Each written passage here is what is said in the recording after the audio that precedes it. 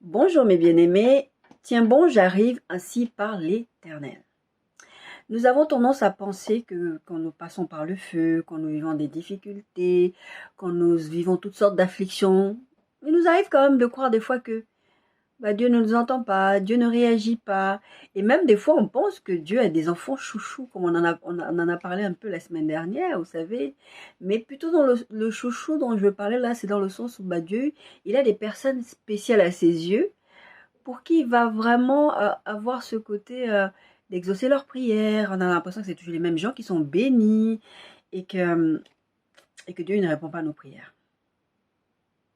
Et nous ne comprenons pas pourquoi. Et la situation s'empire. Et même des fois, la situation devient un peu comme Lazare. Enfin, la situation est morte, c'est fini, il n'y a plus de solution. Et on se dit, ça y est, c'est bon. Il fallait que Dieu réagisse plus tôt. Dieu n'a pas réagi, c'est bon, j'ai passé l'échéance. J'ai passé la date du mariage. J'ai passé la date d'avoir des enfants. Je devais avoir un entretien d'amour. J'ai demandé l'avis du Seigneur, comment je devais réagir. Ça y est, la date est passée. Je devais passer une échéance à une certaine date. Et je ne suis pas arrivée. Dieu n'est pas intervenu. Parce qu'on nous a dit non. On nous a envoyé une lettre en nous disant j'ai le regret de vous informer que. Et on se dit non, là vraiment, Dieu, vraiment, il y a des gens à qui, quand ils se lèvent le matin, ils pensent à ces personnes, et moi, je sais pas, il m'a mis dans une boîte là-bas, il m'a mis de côté, et ça y est, c'est bon. Tiens bon, j'arrive pourquoi? Je pense qu'on sait où je veux en venir avec ce message. Dieu te dit, mon bien-aimé, Dieu te dit, ma bien-aimée, tiens bon, j'arrive. Il ne t'a pas oublié sur le bord de la route. Il n'a pas dit que tu vas sombrer dans cette situation. Il n'a pas dit que le délai que tu es en train de vivre là, ça c'est dépassé. Moi, j'aime bien, je vous ai déjà dit sur plusieurs vidéos, appeler Dieu le Dieu de 23h59. Parce que Dieu agit souvent sur la brèche. Sur le moment où tu as l'impression que bon, il n'y a plus de solution. Ma fille me disait une fois, il y a 2-3 ans, je crois, elle me disait, maman, Dieu n'est pas soumis au temps. Tu sais très bien, je vivais un truc financier, mais caillou quoi. Ma fille elle me dit ça. J'étais en train de pleurer dans la rue avec elle. Elle me dit, mais maman, Dieu n'est pas soumis en même temps que toi. C'est vrai que là, on a un délai, on a ceci, on a cela, mais n'attends pas à ce que Dieu réagisse dans ton temps humain. Attends-toi à ce que Dieu réagisse dans son temps à lui. Effectivement, je crois que ça avait duré 2 jours. La situation a été résolue dans les 2 jours suivants. Enfin, je crois. Ou si c'était pas le lendemain même. En tout cas, des fois quand je vis certaines situations, je me pose des questions. Je ne suis pas la seule à me poser des questions. J'aime bien le Saint-Esprit parce qu'il m'amène toujours à prêcher des choses par lesquelles je suis passée. Il y a des choses, bien sûr, que j'ai pas vécues, c'est normal. C'est pas parce qu'on est porteur d'un message qu'on va forcément vivre le message. Mais moi, malheureusement, la plupart des messages par lesquels que je prêche ici, c'est des choses par lesquelles je suis passée. Malheureusement et heureusement. Malheureusement parce que j'ai douillé. Mais heureusement parce que ça me permet de vous parler, de vous encourager et de partager le message que le Seigneur va me mettre à cœur. Luc 8, 41 à 56, c'est l'histoire de Jairus. On le voit aussi dans Matthieu, je crois que c'est Matthieu 9 à partir du verset 18. Et on le voit aussi dans Marc, mais Marc, je ne me rappelle plus la référence. En tout cas, vous le trouvez dans ces trois évangiles-là, l'histoire de Jairus. Il y a d'autres évangiles où on ne prononce pas son nom, on dit juste un chef. Et il y a d'autres, dans celui de Luc, où on prononce clairement son nom, on dit comment il s'appelle. Le monsieur s'appelle Jairus. Donc, Luc 8, 41, 56. Et voici, il vint un homme nommé Jairus qui était chef de la synagogue. Il se jeta à ses pieds, aux pieds de Jésus donc, et le supplia d'entrer dans sa maison. Parce qu'il avait une fille unique d'environ 12 ans qui se mourait. Pendant que Jésus y allait, il était pressé par la foule. Or, il y avait une femme atteinte d'une perte de sang depuis 12 ans et qui avait dépensé tout son bien pour les médecins sans qu'aucun ait pu la guérir. Elle s'approcha par derrière et toucha le bord du vêtement de Jésus. Au même instant, la perte de sang s'arrêta. Et Jésus dit, qui m'a touché? Comme tous s'en défendaient, Pierre et ceux qui étaient avec lui dirent, Maître, la foule t'entoure et te presse, et toi tu dis qui m'a touché? Mais Jésus répondit, quelqu'un m'a touché, car j'ai connu qu'une force était sortie de moi. La femme, se voyant découverte, vint toute tremblante se jeter à ses pieds et déclara devant tout le peuple pourquoi elle l'avait touchée et comment elle avait été guérie à l'instant. Jésus lui dit, ma fille, ta foi t'a sauvée, va en paix. Comme il parlait encore, survint de chez le chef de la synagogue quelqu'un disant, ta fille est morte, n'importune pas le maître. Mais Jésus, ayant entendu cela, dit au chef de la synagogue, ne crains pas, crois seulement, et elle sera sauvée. Lorsqu'il fut arrivé à la maison, il ne permit à personne d'entrer avec lui, si ce n'est à Pierre et à Jean, et à Jacques et au père et à la mère de l'enfant. Tous pleuraient et se lamentaient sur elle. Alors Jésus dit, ne pleurez pas, elle n'est pas morte, elle dort. Et ils se moquaient de lui, sachant qu'elle était morte. Mais il... Excusez-moi. Mais il la saisit par la main et dit d'une voix forte, enfant, lève-toi. Et son esprit revint en elle, et à l'instant, elle se leva, et Jésus ordonna qu'on lui donnât à manger. Les parents de la jeune fille furent dans l'étonnement, et il leur recommanda de ne dire à personne ce qui était arrivé. Pardon, en fait, pendant que je suis en train de lire, excusez-moi, je suis en train d'imaginer la scène, Jésus avec ses gens en train de vouloir aller faire le miracle, et que ces gens sont là, oh ben voilà. Excusez-moi, pardon, donc on revient au texte. Cette histoire, c'est l'histoire dans l'histoire. L'histoire principale, c'est Jairus, le chef de la synagogue, qui va voir Jésus, qui dit, Jésus, voilà, ma fille est mourante, s'il te plaît, est-ce que tu peux venir pour la guerre, pour faire quelque chose. Jairus sait à ce moment-là, parce que la renommée de Jésus, la Bible dit que sa renommée le précédait. Donc à ce moment-là, on sait déjà qu'il guérit les malades, enfin, voilà. Et je ne sais pas s'il n'avait pas déjà ressuscité Lazare. Je ne sais pas, bref. Voilà, bref. En tout cas, sa renommée le précède, donc les gens savent que. Et ce qui est beau dans cette histoire aussi, c'est que Jairus, quand il va voir Jésus, déjà, il sait que Jésus peut guérir sa fille. Ah non, je crois pas qu'il y avait déjà eu des résurrections de morts.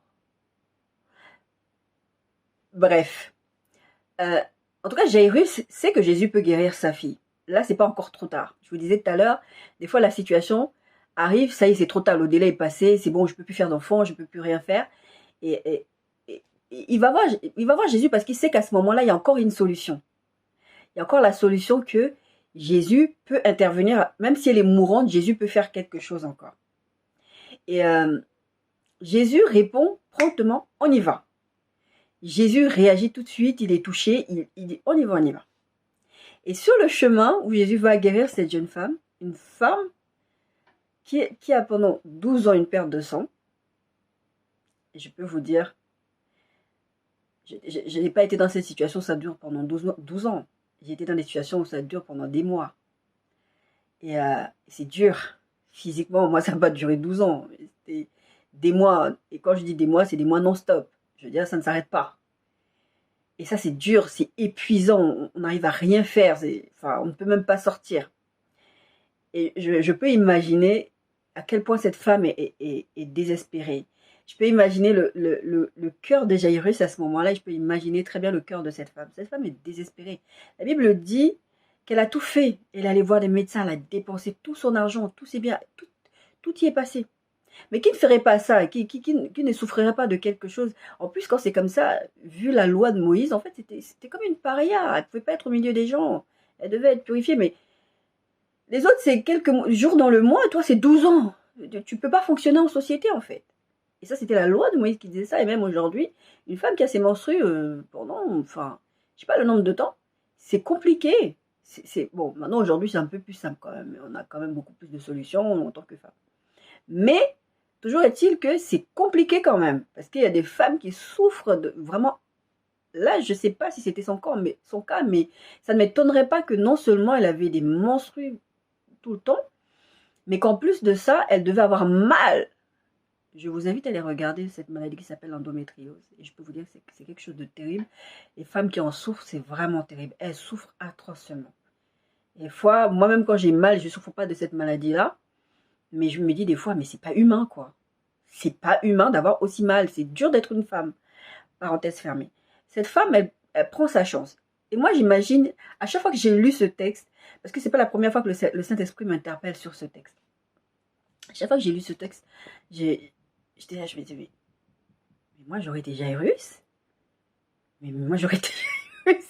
Bon, c'est vrai que peut-être tu peux pas réagir parce que c'est Jésus qui est en train de demander. C'est comme si tu demandes un service à quelqu'un, la personne veut te rendre service, mais la personne se met à bavarder avec quelqu'un d'autre.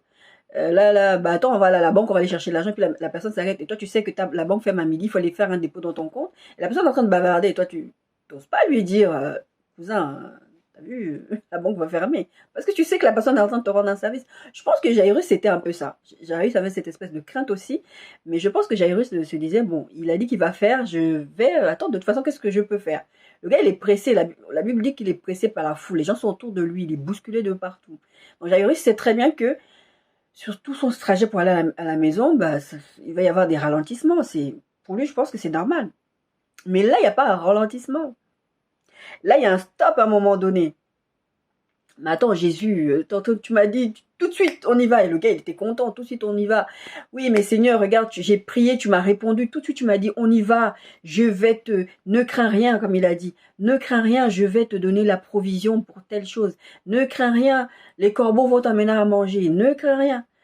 Ne crains pas. 365 fois dans la Bible, c'est écrit, ne crains pas pour chaque jour de l'année.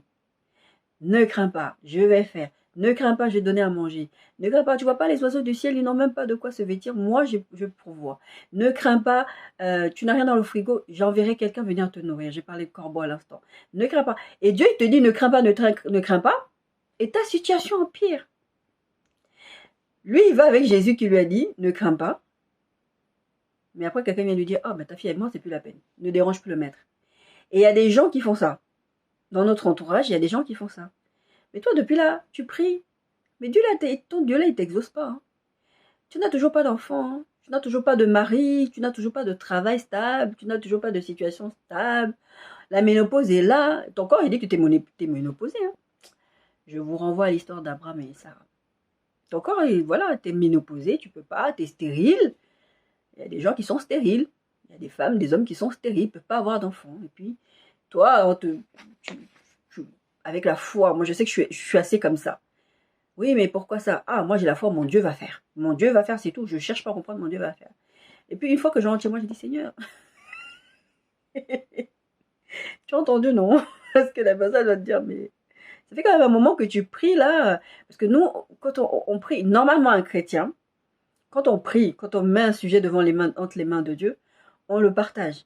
Quand on est un véritable enfant de Dieu, je ne dis pas que les autres, ce pas des véritables enfants de Dieu, mais normalement, on est censé témoigner. On est censé témoigner pas seulement quand la chose a été exaucée. Et je pense que la problématique avec beaucoup de chrétiens, c'est qu'ils témoignent une fois que c'est arrivé. Moi, le Seigneur, c'est pas comme ça qu'il me conduit. Le Seigneur me conduit à témoigner même quand la situation est caillou. Et je vous assure, ça m'arrive des fois moi-même, je suis saoulée, je dis, Seigneur, tu vois pas. J'ai une personne, je ne sais pas si j'ai déjà partagé ça sur cette chaîne. Il y a une personne, une fois, je vivais un truc vraiment hyper compliqué. Émotionnellement, c'était dur. C'était il y a 4 ans, 4-5 ans. Et il y avait une personne qui était spirituellement fragile et qui, à peine, je crois, avait donné sa vie à Christ et n'était pas très, très... Et puis, je crois qu'elle avait une maladie mentale. Et moi, je sais que souvent, le Seigneur m'a amené vers des gens qui ont des maladies mentales parce que moi-même, je suis passée par là. Et moi, je suis là et le Seigneur m'a dit d'aller parler à cette jeune femme, d'aller voir cette jeune femme chez elle. Moi, je suis là, mais Seigneur, est-ce que tu vois pas que je suis moi-même pas bien? Est-ce que tu vois pas mon état? Tu vois, moi, je vais aller dire quoi à cette personne? Je vais aller l'encourager comment? Je vous assure systématiquement, quasi systématiquement, quand je passe par le feu, c'est là que Dieu veut que j'aille encourager quelqu'un. Parce que Dieu, bah, si tu me fais confiance, dis-leur. Mais moi, j'ai pas envie de faire ça parce que j'ai envie de témoigner quand ce sera arrivé, comme nous tous. J'ai envie d'aller dire aux gens, vous regardez, ayez foi en Dieu, regardez ce que Dieu a fait pour moi. Et moi, j'ai envie de dire aux gens, attendez-vous à Dieu. Mais je peux pas leur dire ça parce que dans la situation dans laquelle je suis, je ne peux pas leur dire ça. Je ne peux pas. Et le Seigneur m'a envoyé aller lui dire. Et je dis, mais Seigneur, tu ne vois pas. Vous savez ce que le Seigneur m'a répondu de ce jour-là? Il m'a dit, je n'ai pas demandé ton opinion. Ça a été dur, ça a été une parole dure. Rappelez-vous quand Jésus a parlé à cette dame qui voulait être guérie et que Jésus lui parlait de petits chiens et qu'il a dit, ben, les petits chiens, la dame, Oui, elle a accepté, elle a dit, bon, bah, je suis un petit chien, mais je prends les miettes, c'est pas grave. Jésus a dit, wow, quelle foi, parce que elle a accepté l'idée que Jésus lui dit, mais t'es un petit chien, donc les petits chiens vont... Et elle dit, ok, c'est pas grave, je suis un petit chien, mais je veux quand même, même si je fais pas partie du peuple d'Israël à Bâle, quand je fais cette demande pour toi, je veux que tu guérisses mon enfant. Je sais que je fais pas partie de l'alliance, mais c'est pas grave, les miettes qui tomberont de l'alliance, je veux les prendre. Et Jésus lui a dit, wow, quelle foi. Il a été étonné de la foi de cette dame, on en a parlé il y a pas longtemps. Et il a guéri sa fille. Donc, des fois, on est là, on est dans ces situations, on se dit, mais Seigneur, mais j'ai pas envie. Et Dieu, il peut être dur. Et il a été dur avec moi, il m'a dit, mais je ne demande pas ton avis, je te demandais d'aller faire quelque chose, tu le fais. C'est vrai que j'aurais pu y aller en traînant les pieds et en faisant semblant d'être comme un peu Jonas. Si vous vous rappelez l'histoire de Jonas. Jonas, quand Dieu lui dit, va parler au peuple de Ninive, il ne voulait pas y aller. Il ne voulait pas. Donc, moi, je vois, à chaque fois que je lis ce passage, je vois Jonas dans la ville de Ninive en train de dire, repentez-vous, parce que Dieu va vous détruire.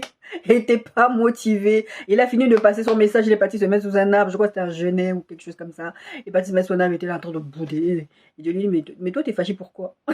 Et Dieu parle, après il y a une histoire d'un petit qui meurt et tout ça.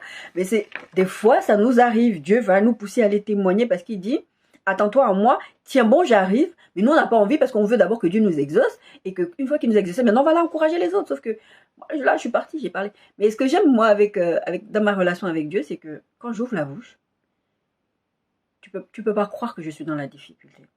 Tu vas pas croire. Si tu ne me connais pas personnellement, tu ne sauras pas que je suis dans la difficulté parce que je vais parler avec foi et avec conviction. Et donc,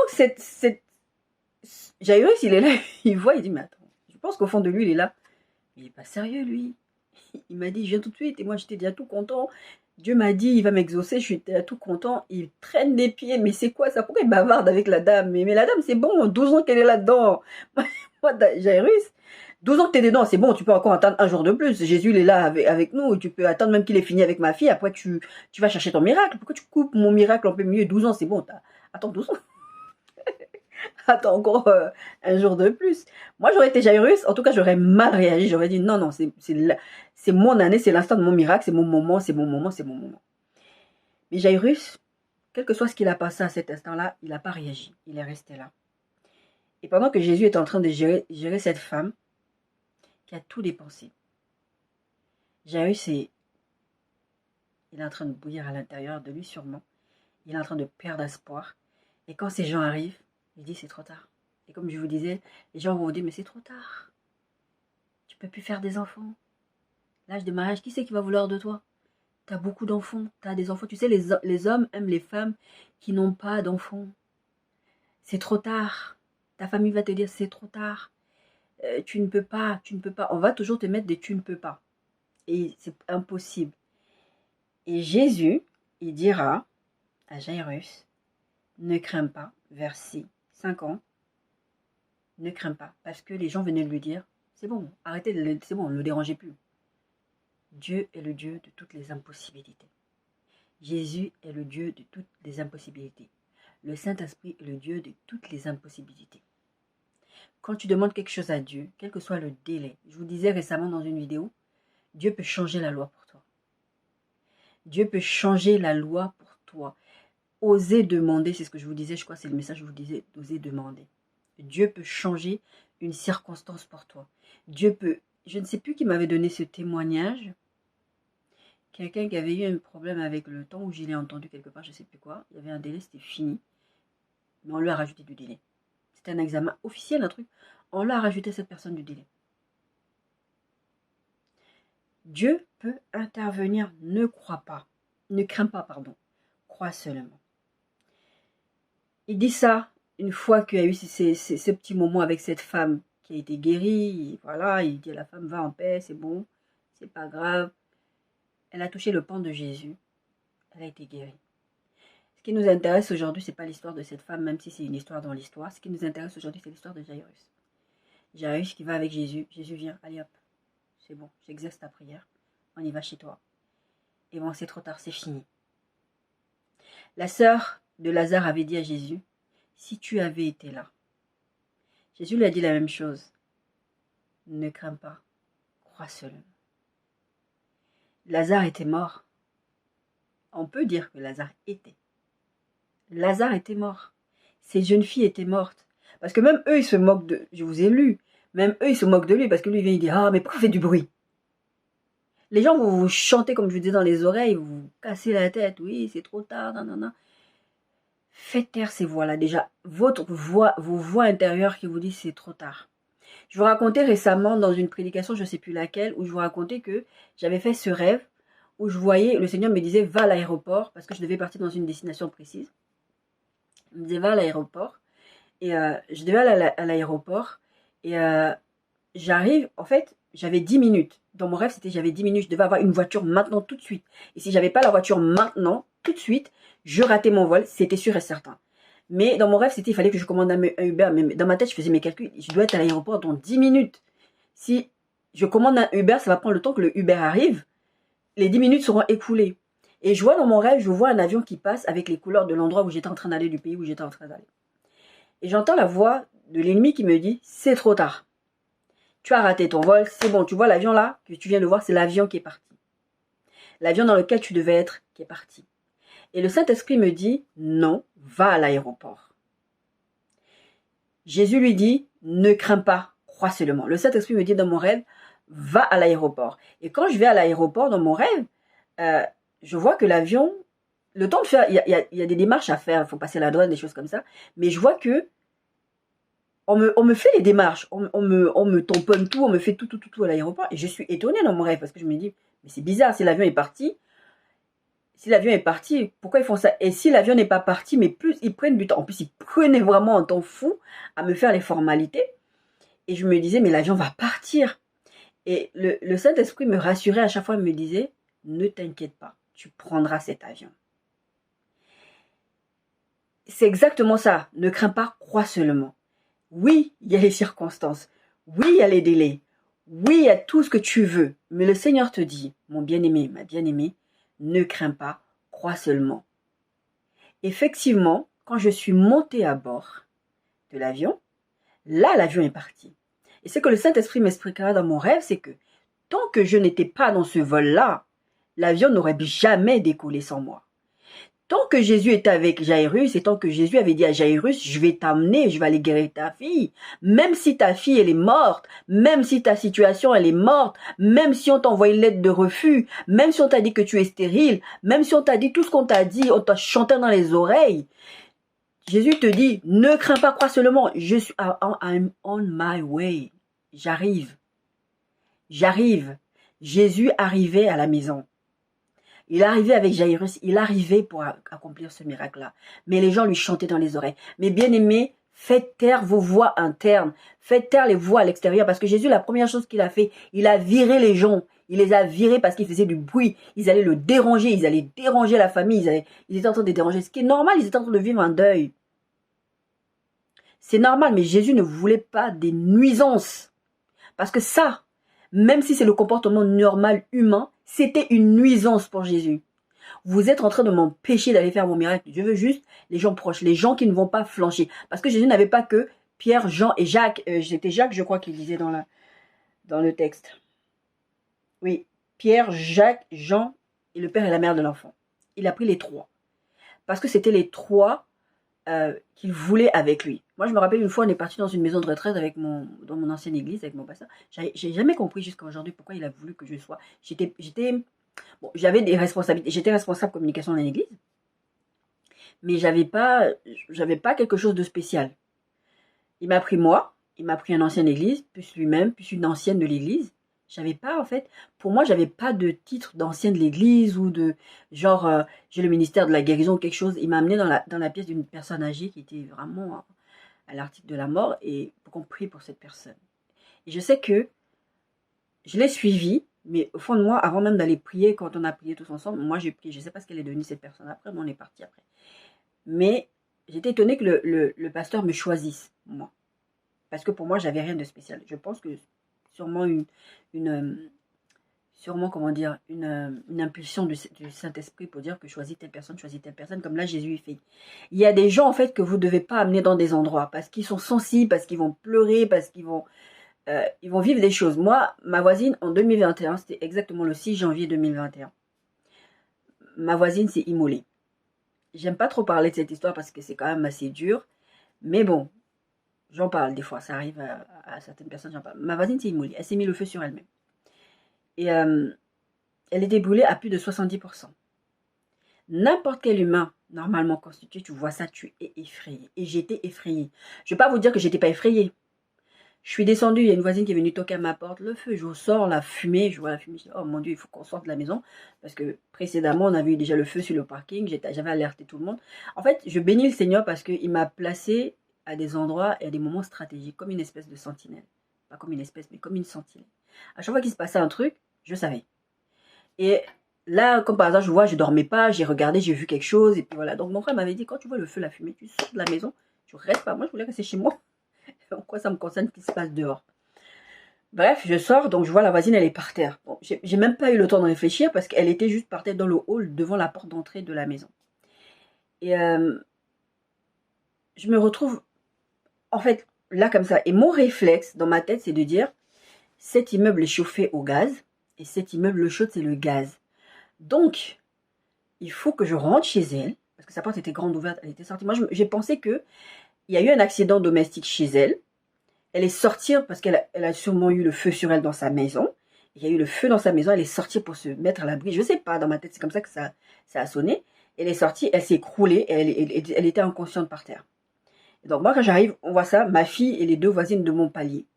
Parce qu'on est au premier étage. Et en fait, on est tous là. Oh, ça commence à parler. Oh, mais tu comprends, elle est dépressive. Oh, mais tu comprends. Oh, ça parle, ça parle, ça parle, ça parle. Et moi, la seule chose dans ma tête, il faut que j'aille d'abord, première chose, prier. Deuxième chose, rentrer vite dans son logement. Je m'en fichais de fumer, pas fumer. Il faut que j'aille voir ce qui se passe, si je peux couper le gaz. Parce que l'immeuble est alimenté par le gaz. Comme je vous ai dit, à l'eau chaude et au chauffage. Il faut que j'aille couper le gaz. C'était juste ça. J'ai pas réfléchi. C'est après, quand on m'a fait la réflexion, on m'a dit, mais ça va pas bien? J'ai dit, ah oui, effectivement, c'était un peu stupide quand même. Je suis rentrée, je regarde, je vois que c'est pas un problème de gaz. C'est pas un problème de gaz, je comprends qu'elle s'est immolée elle-même. Elle a mis le feu sur elle-même.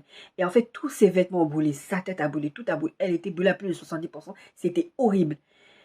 Et nous, les voisins étaient là, on pleurait. Moi, je pleurais, je tremblais de tous mes membres. J'ai appelé les pompiers, j'explique les pompiers. En plus, le pompier m'a dit, retourne dans le logement, va vérifier, qu'est-ce que vous voyez. Non, non, moi, j'ai commencé à crier sur le pompier, mais non, je criais pas sur le pompier, je pleurais, je tremblais. C'est le pompier qui criait sur moi. Regardez, repartez, genre, prends du courage, va à l'intérieur. Mais lui, les pannes, dans ma tête, c'était... Mais lui, il est pas net, il me demande de retourner dans la maison alors que je suis en état de choc, en fait. Mais je suis retournée, j'étais là, oui, mais monsieur, nanana. Et après, une fois que j'ai fait ça, je suis sortie. J'ai dit, Nadia, t'es un enfant de Dieu. Tu peux pas réagir comme les autres qui sont en train de dire, oh mon Dieu, mon Dieu, mon Dieu, mais tu peux pas faire ça. Je me suis mise à genoux devant la dame. J'ai pris sa main, j'ai commencé à prier en langue, j'ai commencé à prier en langue, j'ai commencé à prier en langue. Et dans ma tête, c'était, Seigneur, il faut que tu la réveilles, il faut qu'elle se réveille, il faut qu'elle m'explique ce qui s'est passé parce que, encore dans ma tête, j'avais le truc, les pompiers vont arriver, il faut que je leur explique. Il faut qu'ils sachent si elle a utilisé des hydrocarbures, quoi que ce soit qu'elle ait utilisé, parce qu'il faut absolument qu'elle explique la situation, que moi je donne l'information aux pompiers quand ils vont arriver, qu'ils puissent la traiter de la manière la plus efficace possible, en ne prenant pas eux-mêmes des risques pour leur vie. Même si, oui, le feu, il y avait plus vraiment de feu, tout était éteint puisqu'elle avait vraiment brûlé. Et ma fille, donc, elle monte, elle va chercher, parce qu'elle sait que j'ai des soucis de santé, elle va chercher les coussins pour mettre sur mes pieds, parce que j'étais à genoux par terre. Je lui tenais la main, elle a repris conscience. Et elle a commencé à m'expliquer pourquoi elle avait fait ça, qu'est-ce qui s'était passé, etc. Et les pompiers ont fini par arriver, mais ils ont mis plus de 30 minutes pour arriver. J'étais là 30 minutes. J'avais cette femme, la main, qui pélait sur ma main. On a dû être suivis en choc post-traumatique. Ma fille et moi et les deux voisines qui étaient avec nous. Mais si je vous raconte cette histoire, ce n'est pas pour me faire valoir, parce que, oui, effectivement, ça a mis un spot sur moi, parce qu'après, il y a eu un article qui a été fait dans le journal local, et ça a créé des histoires avec les voisines, et parce qu'on a dit que bah, cette fille-là, elle avait déjà réagi avant, et parce qu'on a parlé du bien de moi. Oui, d'accord, c'est sympa tout ça. Mais je n'ai pas fait ça pour ça. J'ai fait ça parce que, humainement, c'est vrai que sur le coup, j'étais effrayée, mais le Seigneur m'a permis d'avoir la force de réagir et de prier dans cette situation. Oui, la situation a l'air terrible. Et moi, je pensais que cette femme allait mourir. Et les jours après, sa fille, qui était loin, enfin dans le sud de la France, nous on est dans la Bretagne, en Bretagne. m'appelait, me disait que les médecins disaient qu'ils n'avaient plus de... qu'elle n'allait pas survivre, que son pronostic vital était plus qu'engagé. Mais moi, la nuit même ou le lendemain, la nuit du lendemain, le Seigneur me montre dans un rêve qu'elle ne mourra pas. Et moi, je raconte le rêve à ma fille. Et ma fille, elle me dit, ah, tu sais, maman, des fois, quand tu vois des rêves comme ça donne une espèce d'idée de la paix. Peut-être la personne, elle est en paix maintenant, vu qu'elle est morte. Elle va mourir. Et quand ma fille m'a dit ça, dans ma tête, ça fait non. J'ai dit, cette dame n'est pas réconciliée avec Jésus. Elle ne peut pas être en paix si elle meurt. Donc, je ne pense pas que c'est ça que le Seigneur est en train de me dire. Je lui dis à ma fille, non, je pense qu'elle va vivre. Et elle a survécu. Et cette dame est là encore dans l'immeuble. Bien sûr, elle a traumatisé tout le monde. Mais je sais qu'elle est passée par des moments compliqués. C'est pour ça qu'elle a pris cette décision de faire ce qu'elle a fait. Et en tout cas, ce que je veux dire, c'est que humainement, on réagit de certaines façons, qu'on voit certaines choses. On entend cette voix à l'intérieur, la frayeur, mon corps réagissait. J'avais peur, je tremblais de tous mes membres, je pleurais. Humainement, on va réagir d'une certaine façon. Mais quand Dieu te dit, tiens bon, mais tiens bon. Tiens bon, tout ce que je vous raconte, c'est pas pour vous raconter ma vie. Tout ce que je vous donne comme expérience, comme je vous ai dit tout à l'heure, c'est pour vous encourager, vous dire que, tiens bon, vous êtes des enfants de Dieu. Tenez bon, Dieu ne va pas vous laisser dans cette situation. Je n'ai même pas été suivie. Je vous dis, j'ai été suivie, je ne sais pas combien de séances, je ne sais plus, mais en tout cas pas beaucoup. Parce que le monsieur à la fin, il me disait, mais vous n'avez même pas besoin d'être là. C'est vrai qu'au début, c'était très dur parce que j'avais une réaction. Moindre but, je sursautais. Moindre truc, je sursautais. C'est ce qu'on appelle un choc post-traumatique. Et j'ai été vraiment suivie dans un service spécialisé pour les chocs post-traumatiques. Blessés de guerre, tout ça. Et ça a duré pendant un petit moment et après ça s'est calmé. Mais ça n'a pas duré longtemps. Normalement, quelqu'un qui a vécu ce que j'ai vécu, mais des mois, des années. Et moi, ça a duré quelques semaines. Et après, c'était fini. Parce que j'ai le Dieu qui me dit, tiens bon, je suis avec toi, crois seulement. Jairus va avec Jésus et on a parlé, je vous ai donné mon exemple parce que justement les gens faisaient du bruit. Et Jésus, il a dit, allez, c'est bon. Il y a un moment, en fait, il faut pleurer et dire, oh mon Dieu, qu'est-ce qu'on va faire? Et il y a un moment, tu dis, à l'action. Jésus, lui, ce qui l'intéressait, c'était de dire à Jairus, tout ça, là, on ne veut pas. Il a pris et la femme qui n'était pas dans l'histoire depuis le début, donc la mère de l'enfant, et le mari, ils sont rentrés, il a fermé la porte. Allez, c'est bon, on va maintenant travailler. Et ils se sont moqués. Il est parti, mais il a fait ce qu'il avait à faire. Il a saisi il a saisi la main de la fille, il a parlé une fois, il a dit, lève-toi. Mon bien-aimé, ma bien-aimée, c'est que Jésus vient te dire aujourd'hui, lève-toi. Jésus va lever ta situation, il va lever cette interdiction, il va lever ta stérilité, il va lever ta difficulté financière, il va lever les barrières qui t'empêchaient d'aller plus loin. Comme je vous ai dit tout à l'heure, Dieu peut changer la loi pour vous. Je vous ai parlé des filles de, je ne sais plus comment, je ne retiens plus le nom maintenant, mais ces filles qui ont demandé leur droit à leur héritage alors qu'elles n'avaient pas droit, la loi disait qu'elles n'avaient pas droit. Dieu a fait jurisprudence à sa propre loi. C'est pas parce qu'une situation a l'air morte. Cette femme, ma voisine, son pronostic, c'était même pas une histoire de pronostic vital plus qu'engagé. Sa fille m'appelait, je l'ai eu plusieurs fois, me disait, en fait, les médecins leur disaient de venir dire au revoir à leur maman. Moi, mon Dieu m'avait dit qu'elle ne mourrait pas. Et je savais. Et ce qui est fou, c'est ça, c'est que à chaque fois que le Seigneur m'a dit quelque chose concernant certaines situations, il y a des situations où c'est clair, net, tu peux me dire tout ce que tu veux. Je ne te croirai pas, parce que Dieu a parlé. Mais il y a des situations où c'est beaucoup plus compliqué. Il faut vraiment que j'aille à chaque fois demander, Seigneur, rassure-moi, Seigneur, rassure-moi, Seigneur, rassure-moi, Seigneur, rassure-moi. On est tous comme ça. Mais Dieu ne vous en voudra pas que vous allez lui demander de vous donner un rêve, quelque chose pour vous aider à attraper. Mais des fois, Dieu veut juste que tu aies la foi et que tu tiennes bon et c'est tout. Et il ne va rien te donner. Mais vous avez le droit d'aller lui demander. S'il ne vous donne pas, ne soyez pas fâchés contre Dieu. Hein. Ne soyez pas fâchés parce que Dieu ne m'a pas donné un espoir, il ne m'a pas donné un rêve. Demandez-lui. Ça ne vous coûte rien de demander. Comme je vous ai dit la dernière fois, osez demander. Demandez-lui.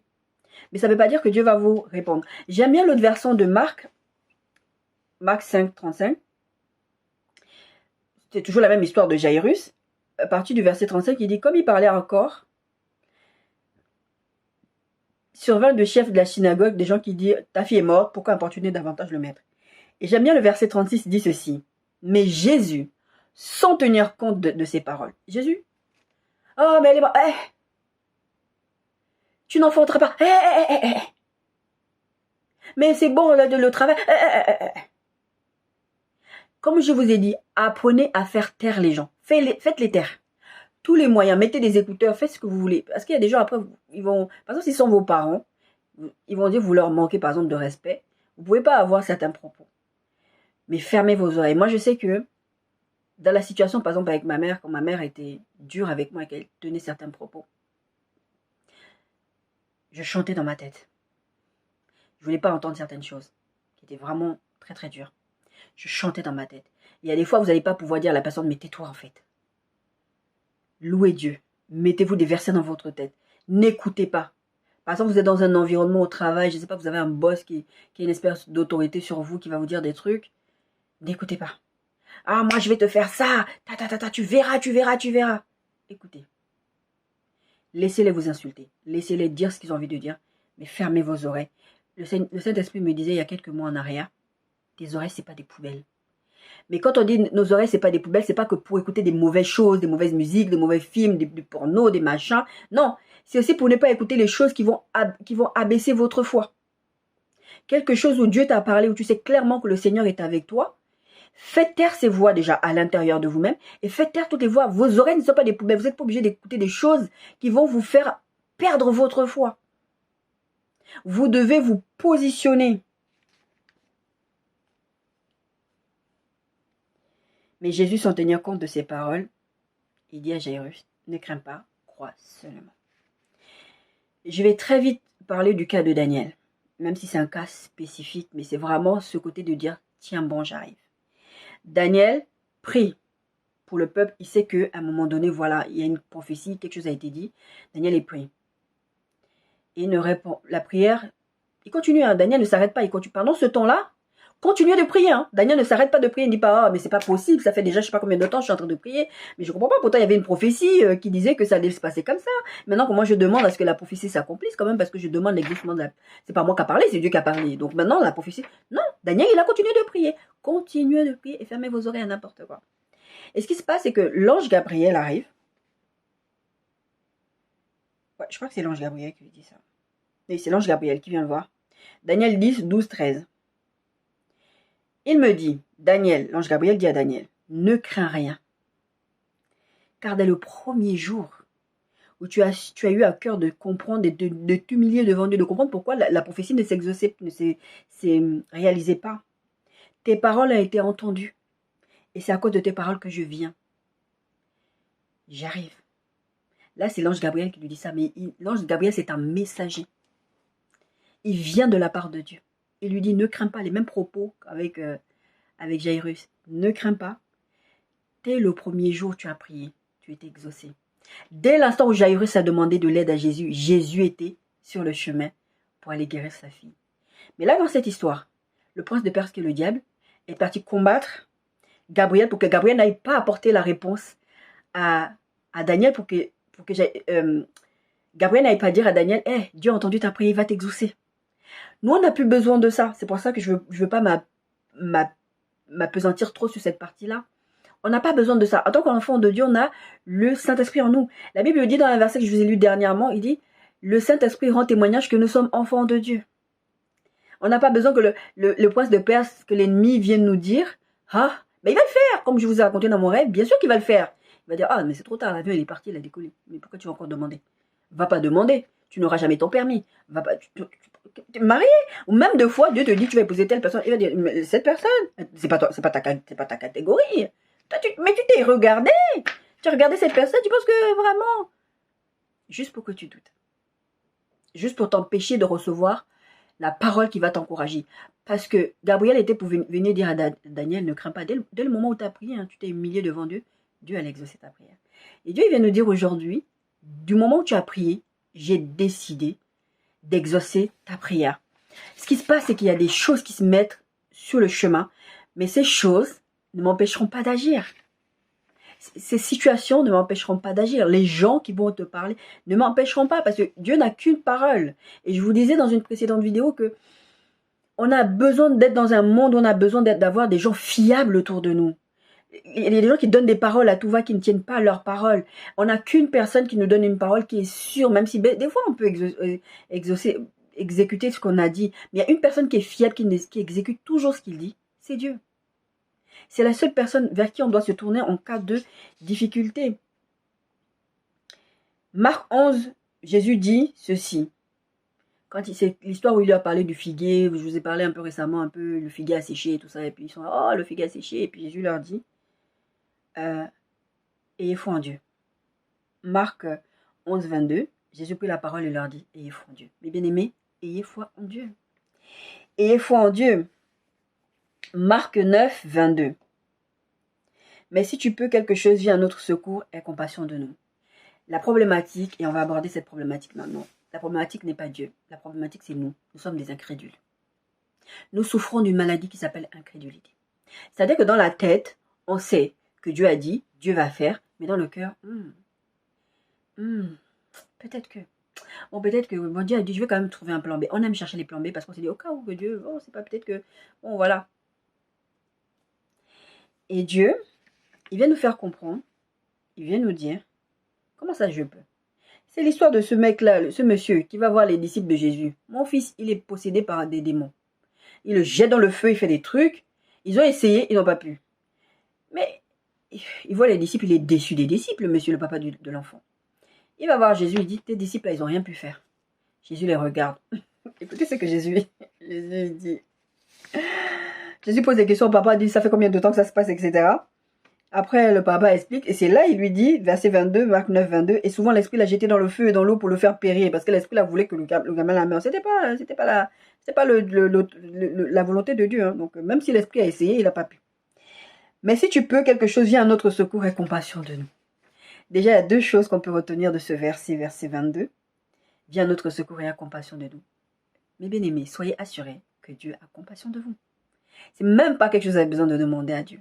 Soyez assurés, Dieu a compassion de vous. Et deuxième chose, tiens bon, Dieu arrive, il vient à ton secours.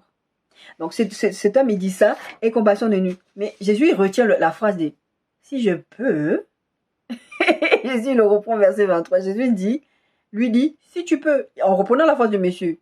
Mais tout est possible à celui qui croit. Votre problème, mon problème, c'est qu'on va dire à Dieu « Seigneur, je vous disais la dernière fois, quand on prie, il y a des prières, ce n'est pas des prières qu'on fait. Osez demander à Dieu, je crois que parce que comme j'avais re-shooté la vidéo, il y a des choses que j'avais dit dans la première vidéo que j'avais pas dit. Les lamentations, c'est pas la prière. C'est pas prier avec foi. Là, il dit si tu peux, l'incrédulité, c'est pas prier avec foi. D'ailleurs, c'est même l'inverse.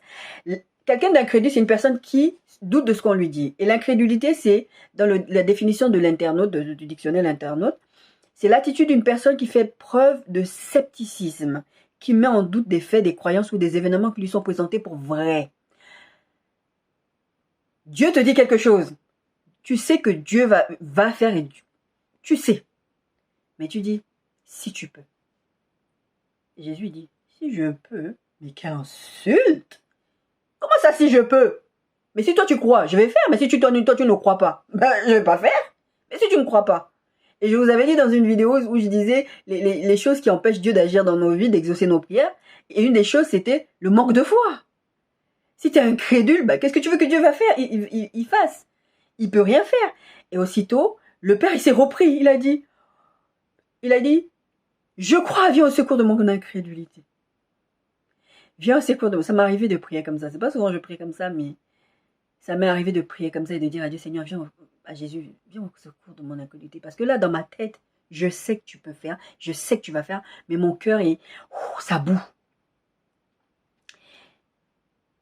Et dans l'histoire de ce jeune homme, Jésus chasse les démons. Et là encore, verset 25, Jésus voyant accourir la foule. La foule est en train d'arriver vers Jésus, qui va accomplir un miracle. Jésus fait quoi? Il accomplit le miracle. Il n'attend pas que la foule, parce que la foule va le perturber. La foule, c'est les pensées, les choses externes. Je vous ai dit, vos oreilles, ce n'est pas des poubelles. Et donc, Jésus guérit cette enfance. En fait, il dit, esprit muet et sourd. Mais ce qui est bizarre, c'est qu'elle a même été possédée, mais en fait, le gars, il était sourd et muet. Bon, enfin bref. Donc, l'esprit sort, l'enfant pousse des grands cris, et même, il devient comme mort, et les gens croient qu'il est même mort. Pareil dans les cas de Lazare, dans le cas de la fille de Jairus. Il y a une espèce de mort qui est là. Mais là, c'est une mort où le gars, il est tellement... Puis après, ils ont cru qu'il était mort. Après, Jésus dit, lève-toi. Encore là, encore, Jésus prend la main. Jésus te prend par la main aujourd'hui. Il dit, viens, je vais te sortir de cette situation. Je vais te sortir de cette situation. Et puis à la fin, verset 29, quand il est parti voir à ses disciples, il a dit, pourquoi vous n'avez pas pu faire ça? Mais vous voyez que je serai toujours avec vous pour faire ce que vous devez faire. Et après, il a dit, bon, après, ce démon, on sort par le génie après. Bon, ça, c'est tout un chapitre. Je ne sais pas si j'en ai pas déjà parlé. En tout cas, Jésus est avec nous. Jésus n'est plus physiquement sur cette terre, mais Jésus est avec nous. Il nous dit, crois seulement, ne crains pas. Crois seulement, nous devons sortir de l'incrédulité et arrêter de croire que Dieu bénit d'autres personnes, Dieu fait du bien à d'autres, mais nous, notre cas, même, j'ai écouté un témoignage dans une prédication une fois où la personne, c'était le pasteur, c'était le pasteur Marcelo Tonassi, je crois qu'il prêchait, je ne sais plus c'était quoi le sujet de sa prédication, mais à un moment, il racontait le témoignage, c'était Marcelo Tonassi, je ne sais pas c'était qui, il disait qu'il y avait une femme, en fait, elle avait tellement volé les maris d'autrui, elle avait fait des mauvaises choses, que c'est une personne, en fait, quand elle prie pour que quelqu'un dans sa famille soit béni, au niveau du mariage ou quelqu'un qu'elle connaît, la personne, Dieu exauçait cette personne. Et la personne avait été mariée et tout, elle s'en réjouissait, mais elle pensait que Dieu la punissait parce qu'elle avait volé les maris d'autrui, qu'elle avait vécu cette vie-là. Et un jour, elle va voir le pasteur et parle au pasteur, mais le pasteur lui demande, mais pourquoi toi, est-ce que toi, t'es pas mariée? Ah, mais parce que tu comprends, pasteur, elle explique. Le pasteur lui dit, mais est-ce que tu ne penses pas que Dieu veut aussi que tu te maries? Et elle avait tellement cette forteresse dans sa tête. Il y a l'incrédulité, il y a les forteresses dans nos têtes aussi. Les forteresses, ce sont ces trucs qui ont été bâtis depuis tellement longtemps que c'est difficile à déraciner. Il y avait chez moi où j'habitais à Villiers-le-Bel, il y avait un square. Je crois que je vous ai déjà parlé de ça. Il y avait un square, il y avait des arbres. Je pense que quand ces arbres ont été plantés, je ne sais pas s'ils n'ont pas réfléchi à ça, mais en tout cas, à un moment donné, moi, quand je suis allée habiter là-bas, ce square, en fait, les dalles de béton étaient soulevées. Parce que les racines avaient bougé les dalles de béton. Donc, tu voyais les racines, et c'était du béton. Hein.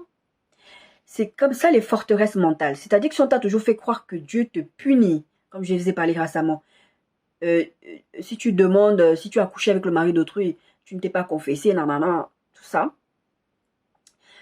Dieu veut que tu sois malade. Dieu ceci, Dieu cela. On te dit, si on t'a toujours enseigné que le célibat c'est une malédiction, alors que c'est pas vrai. La Bible dit, c'est l'apôtre Paul qui disait ça. Dieu a donné l'un comme l'autre. Il y a des gens qui sont censés être célibataires. Et vous allez vous mettre en couple, ça ne marche pas parce que c'est pas ton appel. Ton appel, c'est d'être célibataire. C'est la même chose. T'appelles être marié et tu veux faire le célibataire endurci. Et tu vas être malheureux toute ta vie. Tu vas faire du mal à d'autres personnes parce que tu veux rester célibataire. Tu veux vivre comme un célibataire libre alors que tu es dans une relation avec quelqu'un. Tu vas faire du mal à quelqu'un. Parce que on t'a... Je sais pas, des fois c'est des forteresses mentales qui viennent des traditions familiales, des fois c'est l'éducation qui est comme ça, où tu as vu, par exemple, des fois c'est des blessures émotionnelles aussi, tu as vu des femmes souffrir dans ton environnement, machin, tu te dis, ah, moi, les hommes, jamais, ah, jamais, ce que j'ai vu dans ma maison, jamais. Mon frère disait quelquefois, ah, moi j'aurais pas d'enfant. C'est ce que j'ai vu, j'aurais pas d'enfant.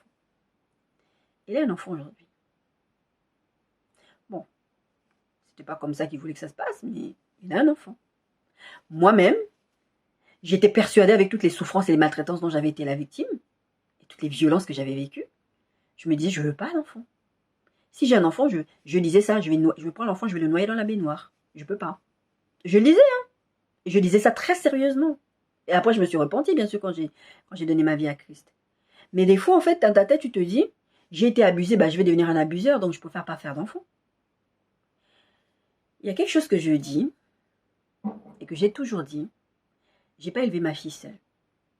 Récemment, j'ai vu une publication, c'était sur Insta, c'était une publication en anglais, et la personne disait, femme chrétienne, qui élevez seule vos enfants, vous n'êtes pas des mères célibataires, vous n'êtes pas seule, vous avez le Saint-Esprit. Et j'ai toujours dit ça, que je n'ai pas élevé ma fille seule, j'ai élevé ma fille avec le Saint-Esprit. Donc oui, c'est vrai, officiellement, dans la société dans laquelle je vis, je suis une mère célibataire.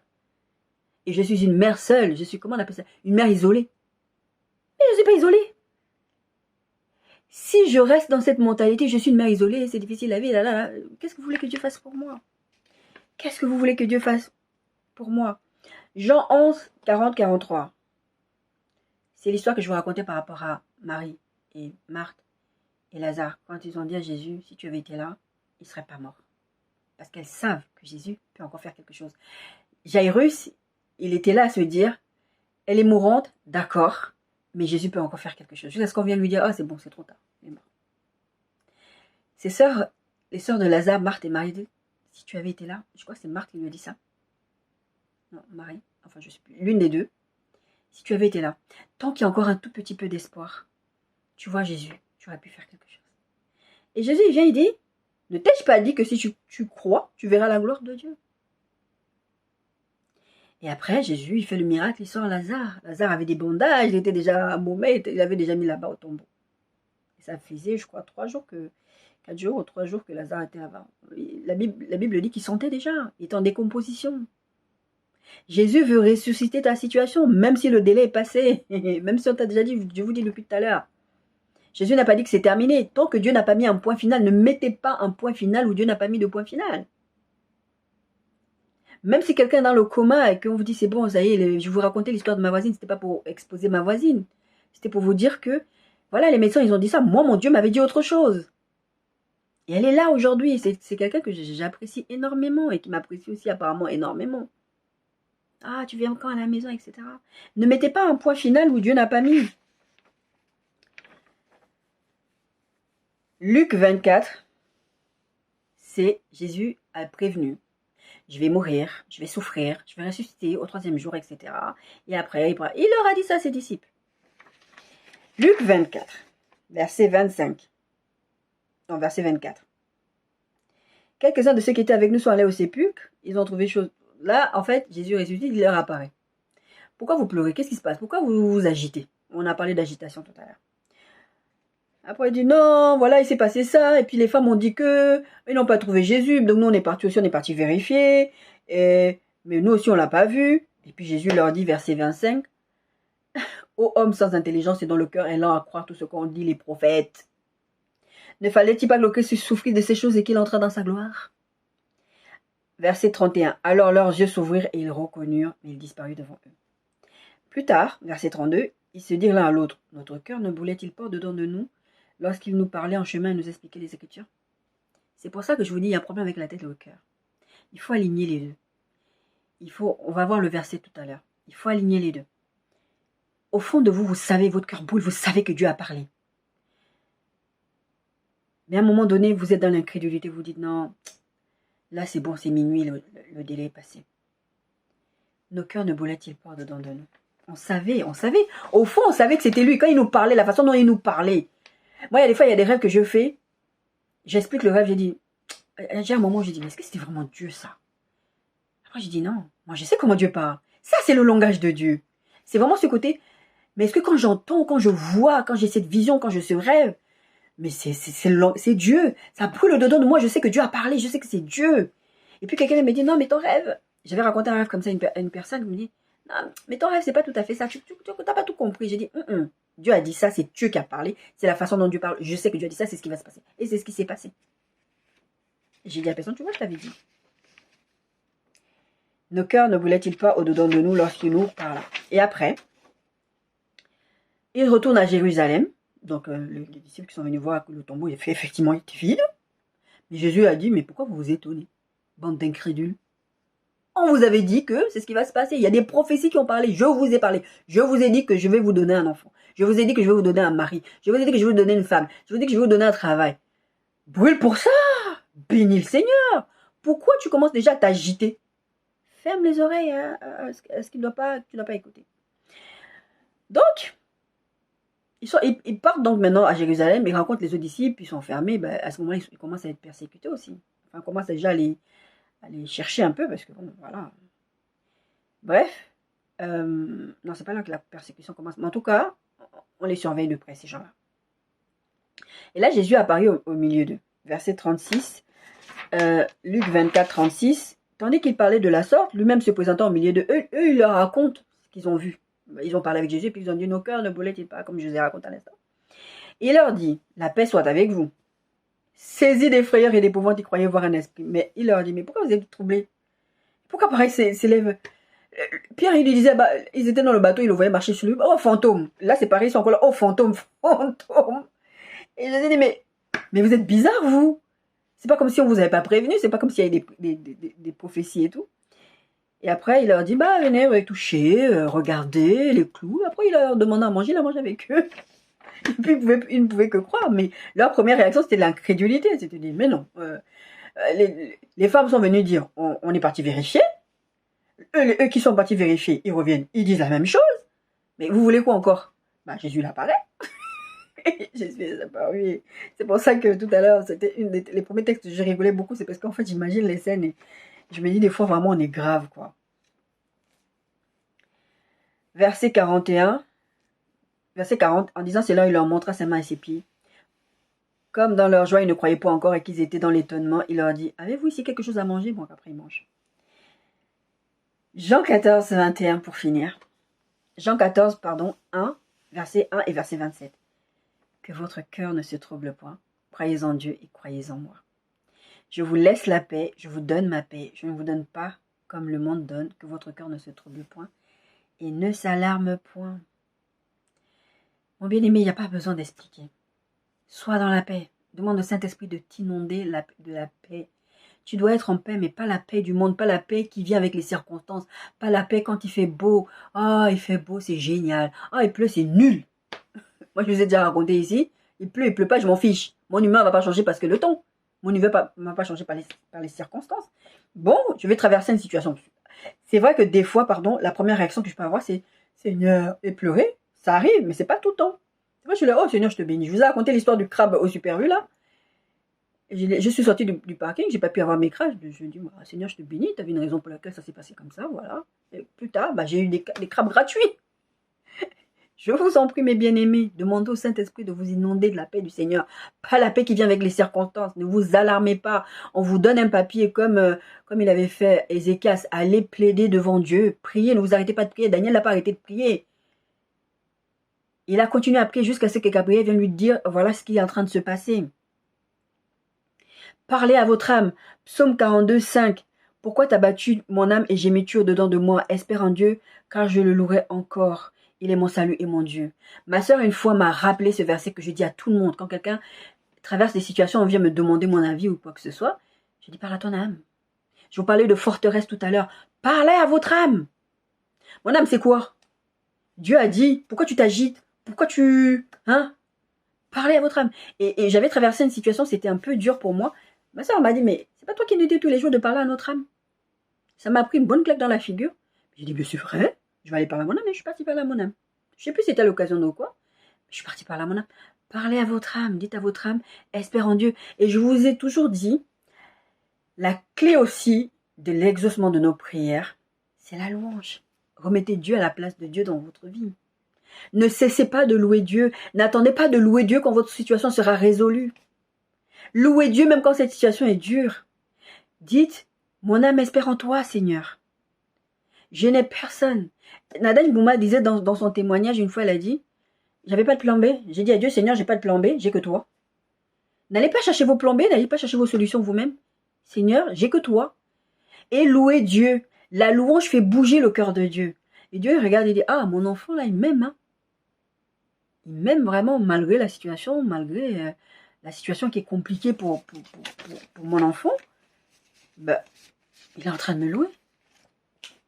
Et là, Seigneur lui dit, tiens bon, j'arrive. J'arrive, je viens à ton secours. Mais bien-aimés, ainsi parle l'Éternel. Tiens bon, j'arrive. Soyez bénis.